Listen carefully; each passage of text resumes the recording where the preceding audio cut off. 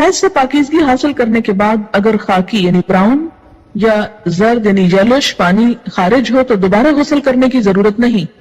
ان ام عطیہ رضی اللہ عنہا قالت كنا لا نعد القدرة والصفرة بعد الطہر شیئا رواہ ابو داود. حضرت ام عطیہ رضی اللہ عنہا فرماتی ہیں حیض سے پاکیزگی حاصل کرنے کے بعد خاکی یا زرد رنگ کے پانی کو ہم کوئی اہمیت نہیں دیتی تھی.